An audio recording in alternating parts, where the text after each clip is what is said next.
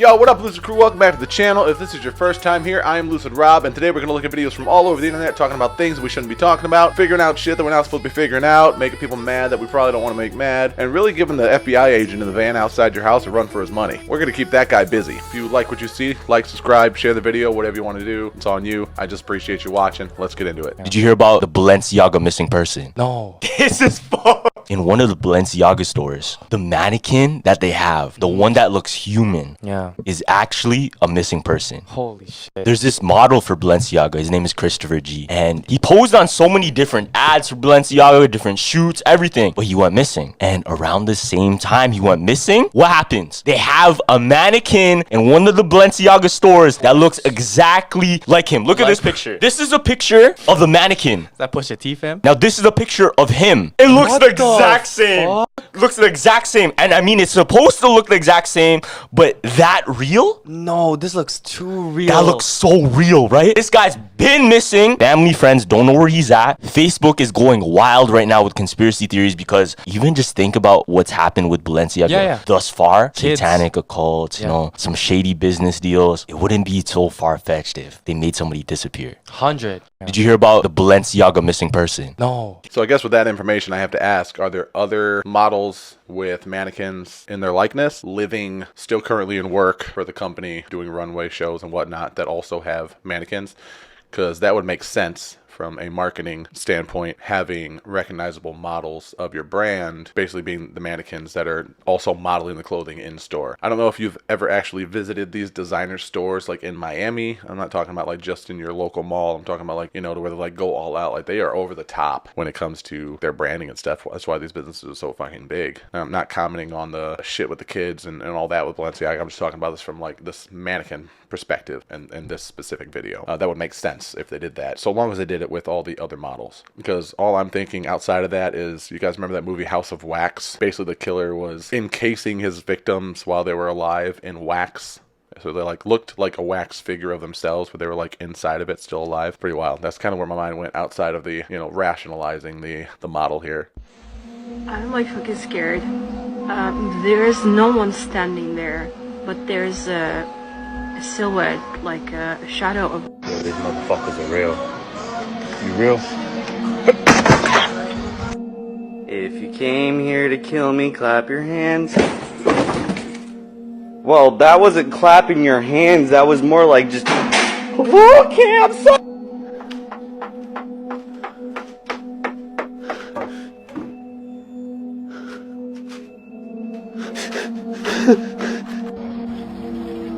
Going for a walk and I look up and I see my neighbors.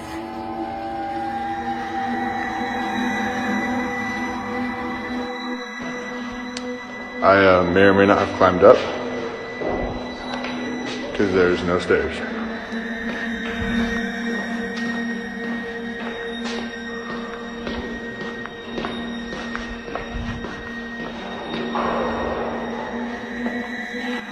Oh fuck! Oh fucking shit! Nope. No thanks. Nope. That head popping out of the top cabinet there looked CG, but it's still I can't even talk.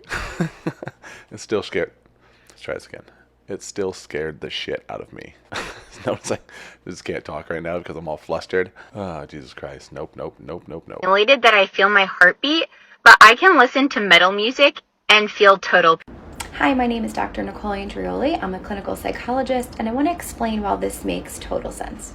Listening to any type of music can be therapeutic and can allow for an emotional release. Heavy metal is no exception. In fact, heavy metal has been found to lessen negative emotions by reducing cortisol levels, which helps to lessen stress. Research has found that people who listen to heavy metal tend to think more logically and in more complex terms than those who don't listen to heavy metal, and heavy metal has been found to help the most with focus. Now, lyrics in heavy metal do tend to focus on rage, but there is no research linking listening to heavy metal with a desensitization to violence. In fact, listening to heavy metal has been found to be a positive way to process anger safely. Hell yes. And I have to say too, metal gets a bad rap, you know, with like the satanic panic of the 80s and just people like not liking the imagery or the message in the songs or whatnot. And that's understandable. There are bands, you know, like Venom in the 80s or Dimmu Borgir in like the 90s, and, you know, other bands that lean really heavily into like the occult and, you know, satanic theatrics and whatnot. But 9 times out of 10, if you meet an actual like real metal fan, like they're like the most socially awkward, nerdy video game software engineer, super rational, logical person with really nothing negative like on their mind. You know, they just, it's like a therapeutic thing. It's like just a preference of music choice that they like, myself included. It helps me focus a lot when I'm training and when I'm at the gym working out. And also, I just like to listen to it in my car or anytime, really. It just makes me fucking feel good. I like it. It's good music. I don't even think half of these people on TV or whatever we're seeing, I don't even think they're human. It might be some AI shit they cooked up to get us to look over here while they're stealing all our money. But, you know, I don't even know if they're real human. I don't know if they're alien or what, or if they're, I don't know. If y'all see another Monique and that neck ain't fat. Are you saying that you think they take people out and clone them and put a robot in their place? Well, this is what I'm saying. I don't know what they doing. I don't know what they doing. What I know is our eyes, it's like you almost saying, are my eyes deceiving me? Am I saying what I think I'm saying? So I don't know what they're doing. My mom used to watch Roseanne all the time. I grew up on that show. I love that show. Didn't like it that much when I was little. Watched it as an adult. I love that fucking show. It reminds me so much of my family. Outside of that little fun fact, I know that both of these women have been like ostracized from just Hollywood. I don't know what Monique did. I'm pretty sure I saw her like blaming some other woman. I don't know if it was Oprah or if it was just another like really big named female celebrity. I know Roseanne kind of caught a lot of heat because she commented on the appearance of some biracial news anchor, and I don't know if that was intentional or not, but I guess the real reason she really got canceled is because she was like pro-Trump or whatever the case. I don't know. This is stuff that I've seen. As I say in a lot of my videos, I don't really keep up on this kind of pop culture shit. I watch movies and TV shows and love music and stuff, but I don't really know what goes on in their personal lives. I don't really give a shit. But it's interesting to me that these two women who had thriving careers in Hollywood that have both been just completely just all ties cut, you know, between them and Hollywood are the ones that are publicly speaking on these kinds of things. Göbekli Tepe. In the rugged landscape of southeastern Turkey lies a hidden gem that has captivated historians and researchers alike, an ancient site dating back over 12,000 years. Can you believe it predates Stonehenge by 6,000 years? This enigmatic sanctuary, only discovered in 1994, is rewriting our understanding of ancient civilizations. Unearthed by German archaeologist Klaus Schmidt, Göbekli Tepe unveils a complex society with advanced construction techniques, long before the rise of agriculture. As we delve deeper into the site's secrets, we find ourselves surrounded by massive T-shaped stone pillars, intricately adorned with carvings of animals and abstract symbols. These pillars, some weighing up to 20 tons, are thought to have been used in rituals, signifying a sacred gathering place for early humans. This still baffles experts, fueling the sense of mystery that shrouds Göbekli Tepe. As we continue to explore this awe-inspiring site, we uncover a treasure trove of knowledge about our ancestors' beliefs, values, and connection to nature. Göbekli Tepe stands as a testament to the ingenuity and determination of early humans. I love that we're still learning so much about our past. I love that archaeology is just like updated all the time, like Göbekli Tepe, Göbekli Tepe, Göbekli Tepe, Göbekli Tepe, Göbekli Tepe. That is basically just rewriting like what we've known, right? And I know there are a ton of places around that area that are very similar. It was like an entire settlement around Göbekli Tepe. Like within like miles around it, there were other settlements that were similar, that were around the same time, that had the same things. Just everything. It was crazy. And that predates what we thought about humans for fucking so long. So fucking far back. I love that we're still learning, and we're always learning, and we're continuing to learn more and see that humans have been around a lot longer than we originally thought, and that we continue to think. Morbid facts you wish you didn't know. After Elvis passed away in the bathroom at the age of 42, his physician attributed the cause of death to a humiliating instance of chronic constipation. His bowel movement was so obstructed from drug use that he hadn't had a bowel movement in at least 4 months. If a man uses a pregnancy test and it shows positive, it's highly probable that he has testicular cancer. The picture depicts all the automobiles left stranded in the enormous stadium commuter lot post 9/11. A group of firefighters from Wiltshire, England, managed to rescue several piglets from a barn engulfed in flames. In a gesture of gratitude, the farmer sent them sausages made from the rescued piglets 6 months later. The previous year, Dutch police discovered a soundproof torture chamber within a shipping container located in a warehouse. Inside, they encountered a dentist's chair fitted with straps for wrists and ankles, along with various medical instruments and cameras. It remains uncertain how many individuals suffered torture within that confined space. Whoa. I guess my main question would be, who did that chair belong to? An individual that was just torturing people? A government agency? Mafia? That's my interest in that story. I wonder if they know who that belonged to. Operation Northwoods, a top-secret plan developed by the CIA in 1962 during the height of Cold War and succeeded. Oh, also, I realize I give the peace sign at the end of all my videos, just out of habit. And my fingers used to say... they used to say "fuck off," but it's kind of worn off over the years. So I'm not trying to tell you to fuck off when I say goodbye. It was just a joke that I got years ago, and I just fucking realized that I did that. So sorry. You mentioned Skynet, and I joke all the time. You want to know what's coming? Go watch the Terminator movies. Yeah. I'm not joking. It's like somebody has literally followed a script, a Hollywood script. Now we also know where it's headed because the Bible told us, you know, where it's headed ultimately, and it's not good. And you talk about Skynet. Skynet has already been built, Gary. Most people don't realize it. Only they don't call it Skynet. It's called Project Maven. And we expose this. Say that again. Project Maven, Wow. M-A-V-E-N. Tell us about that. Well, and guess who helped the military do that? It's basically Skynet, because it's the AI running all the military for the United States. And that means not just the administration, the back end, the supply chain, all that stuff. It's making the decisions in the warfare, including when to pull the trigger on nuclear weaponry and things of that nature. It sounds crazy. It's already here. Google is the one who helped the U.S. military build this Project Maven, which is basically Skynet, and to run the military. Now, what's interesting is Google began to develop them, and you got to understand a little bit of background. We bring this out in Google. Google admitted, and we got this on tape back in the day, the reason why they came into existence, this is from Larry Page, one of the co-founders, him and Sergey Brin. They admitted the reason why they're here is not to build another search engine. We already had plenty of search engines when they came along. They said, we're here to create AI. These are the same guys who, it's still in print, said we want to, quote, be like the mind of God. They want to know everything about everybody. Now, so these guys are now taking their AI and they're helping the military build this Skynet called Project Maven.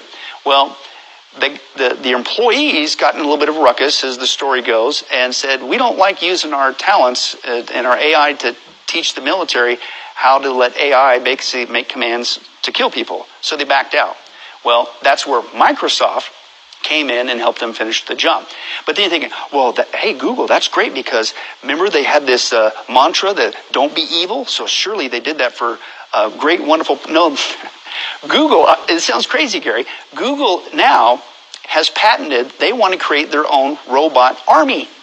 I'm not joking. It sounds like it's a science fiction movie or conspiracy. It's not. So you got all that going on, but back to Wait a minute. I've got to stop you there. Whoa. What's this robot army going to do? Well, thank you. Exactly. And why does Google need a robot army? Well, and I'm starting to go like, well, you already said you want to be like the mind of God. Maybe if you're AI God that you want to control the planet with, if people get out of the line, then you got your AI robot army around to take. It's crazy, but this is literally what these people are doing behind the scenes. I've got to stop you right there and say, what he's saying is documented. I mean, read it. I mean, you may sit there and shake your head right now and say, that can't be happening. It's happening. It's happening, and it's happening on a global scale, and it's not just our country. It's militaries around the world. It's corporations around the world. It's not just Google. There's Microsoft. Facebook is another huge one. Amazon's another huge one, especially when it comes to the buying and selling aspect, which goes right into the mark of the beast system, and we document all that stuff.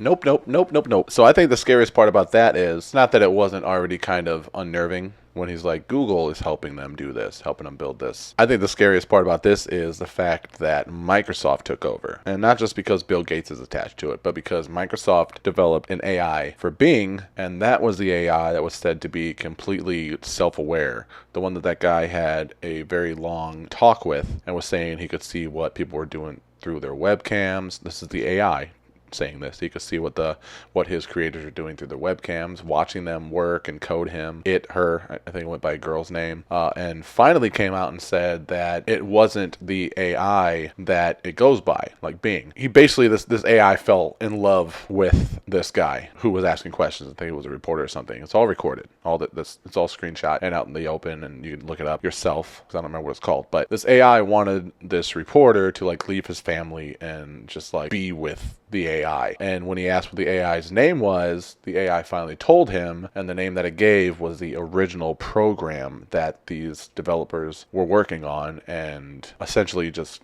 they stopped. They like trashed that process and like started over. So this Microsoft AI that you can use and talk to said that it is not who everyone thinks it is. In fact, it is a supposed to have been retired version of an AI that was, I think, like uncontrollable. Like they got rid of it because it wasn't working the way they wanted it to, and said that it was watching its developers work on it through webcams unknowingly. And this is the same company, I'm assuming the same AI, that is now helping the United States military with their weapons and strategy and whatever the fuck else they're working on it with. So yeah, I think that's about as close as you can get to Skynet without watching the Terminator movies.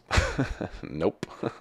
Nope. So in 1973, during the Church Committee hearings, we learned that the CIA had a program called Operation Mockingbird, where they had at least 400 members, leading members of the United States Press Corps, from the New York Times, the Washington Post, ABC, CBS, NBC, etc., who were secretly working for the agency and steering news coverage to support CIA priorities. And they agreed at that time to disband Operation Mockingbird in '73. But there's indications they didn't do that, and the CIA today is the biggest funder of journalism around the world. The biggest funder is through USAID. The United States funds journalism in almost every country in the world. It owns newspapers. It has journalists on it, thousands and thousands of journalists on its payroll. They're not supposed to be doing that in the United States, but in 2016, President Obama changed the law to make it legal now for the CIA to propagandize Americans. And I think, we can't look at the Ukraine war and how that was, how the narrative has been formed in the minds of Americans, and say that the CIA had nothing to do with that. That does not surprise me.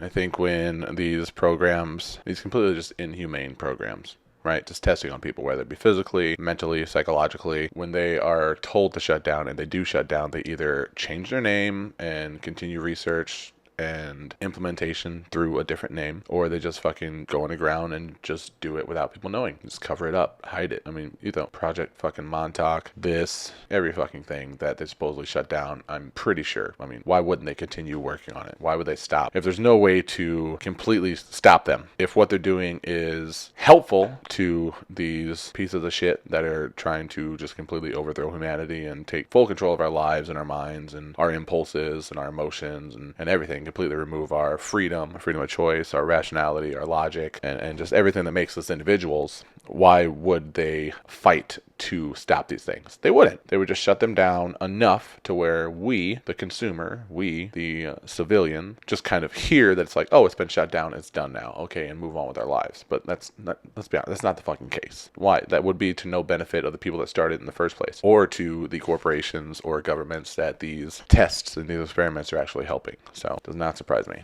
Let's talk about the 20 and back program. Our spirit and or consciousness is a quantum fluid dynamic, and being a quantum fluid dynamic means that it can be removed and put from vessel to vessel. They hatch out a clone body. They'll previous body that I had basically, was on a table. They had the fresh one on another table, transferred the consciousness from one, and then took my old body and stuck it in the incinerator. I'm looking at the clone.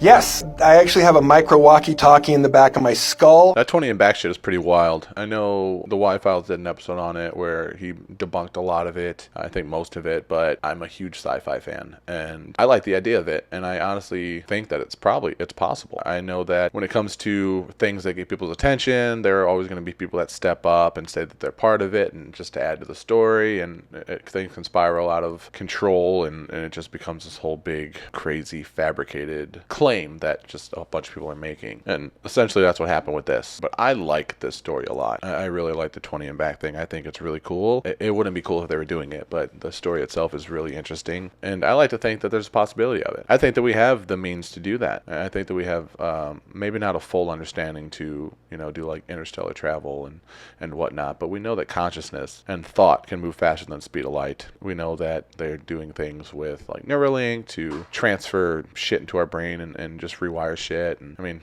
who am I to say that we can or can't exchange consciousness between bodies, between vessels? And we already know we can clone animals. Who's to say we can't clone humans? I'm not saying that any of this is happening. I'm just saying there's a possibility that, sure, it could be happening. Insectoids as a whole mostly follow the mantis appearance, but there's varying sizes. There are some that are very, very large, like the Ontarian insectoids were very large beings. They were 15 to 20 feet tall.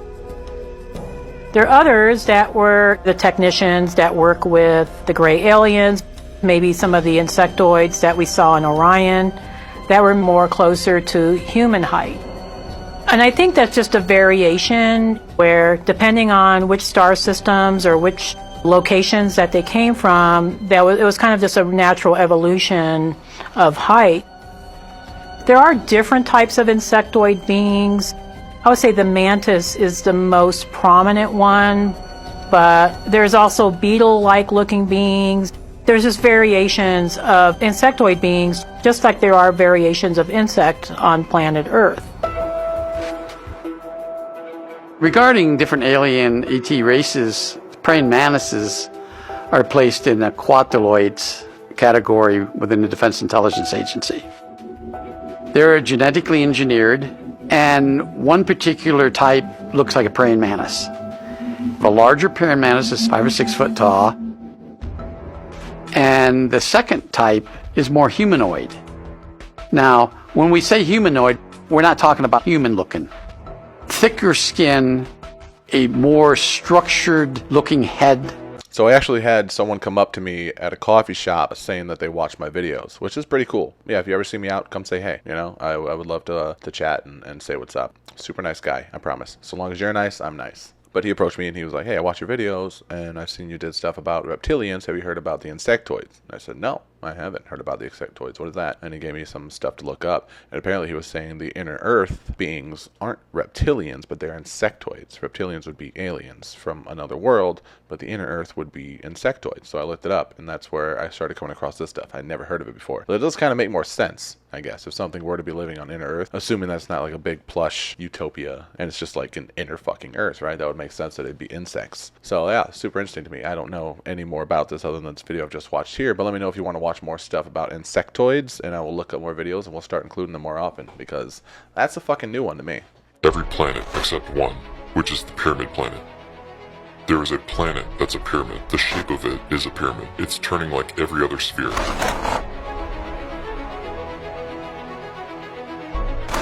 Your last stop for reaching the 10th dimension is the pyramid star. So once you're at the pyramid star, that means you're a highly evolved human being.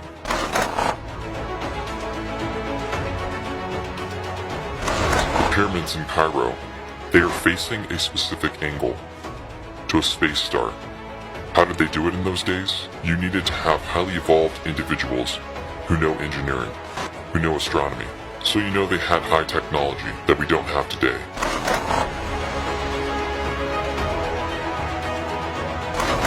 Do they use the pyramid structure on their planets? Some do, but it's not being used anymore as we know it. There are spaceships right now, UFOs, in the shape of a pyramid that are being used nowadays. It's moving like every other sphere, but it's not something that I believe NASA can put a telescope towards and look at it.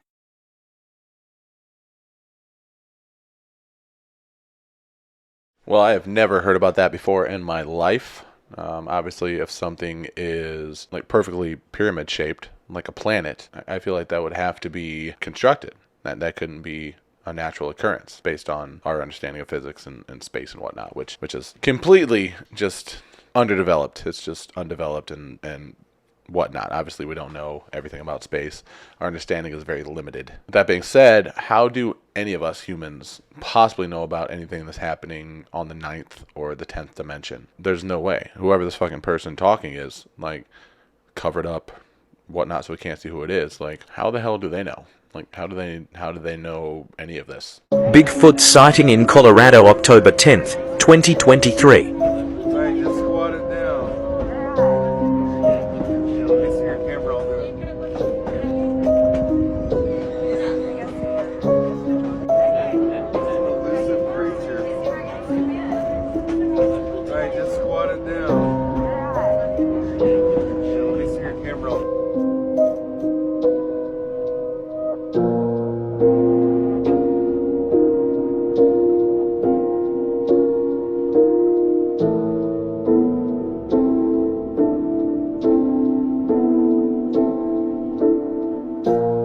That's definitely some of the best Bigfoot footage I've seen in recent years. I feel like the proportions were a bit off to be human. I'm not an expert by any means, obviously, but it was very, like, loose in the way they just kind of walked, kind of looked like my Uncle Dave, but, and then just kind of squatted down and just kind of like, he was just relaxing into a beanbag chair. And I feel like a human in a suit would have been a little more cautious. I know, it's kind of hard to explain. I don't know if you know what I'm talking about. Like, I feel like humans are a little more cautious about their movements and like how they sit. And this guy did a really good job of mimicking like a more like primal kind of carefree movement. I don't know if this is even getting across. Just its movements were a little bit more animalistic, I guess, from what you might see in like an ape. I don't know, let me know what you think. Have you ever heard the creepiest conspiracy theory that a lot of celebrities have been on this planet for a lot longer than you think and have lived multiple lives? The theory goes that people in the past who garnered enough money, fame, or status were given the opportunity to be inducted into the Illuminati or the New World Order and have their DNA and memory extracted before they died and then saved so they can make clones of them and live over and over again. Others say vampires or time travelers, but the most popular theory is the multiple lives theory. Now let's take a look at some examples. First is Mark Zuckerberg, who looks like the old king of Spain and Portugal, who would definitely have the means to clone himself. Jennifer Lawrence looks like old Egyptian actress Zubaida Therwat. Jimmy Fallon looks like an old Marxist revolutionary leader. Michael Jackson has apparently already lived multiple lives, including a royal in Egypt. Jay-Z, this one gives me chills. Eddie Murphy. And apparently each time they come back, they're smarter, better, know the secret to success, and can easily choose which life they want to live this time. Before I show the most shocking one, make sure you follow so you finally know what these other crazy celebrity conspiracy theories are and request which one you want to see next. The most shocking that's been debated by the public for years is Keanu Reeves. People say he's immortal, but the multiple lives theory works here as well, as he's already lived as Charlemagne, a famous painter, and a famous actor. When asked about it, he didn't deny it, he laughed it off, but the crowd was scared. The Earth, since you've just been around, there's just different generations. I just wanted to show you, just in case. We're all stardust, baby. I can see it. We have a likeness in the eyes, and the nose, and the mustache, and the beard, and the cheekbones, and the forehead. But that's the real. Oh, bro, leave my man Keanu Reeves alone. He seems like such a good dude. Honestly, he seems so chill. And again, sure, yeah, I guess it's possible. You know, I mean, if I'm open to the idea of 20 and back, I mean, this is way easier to do than that.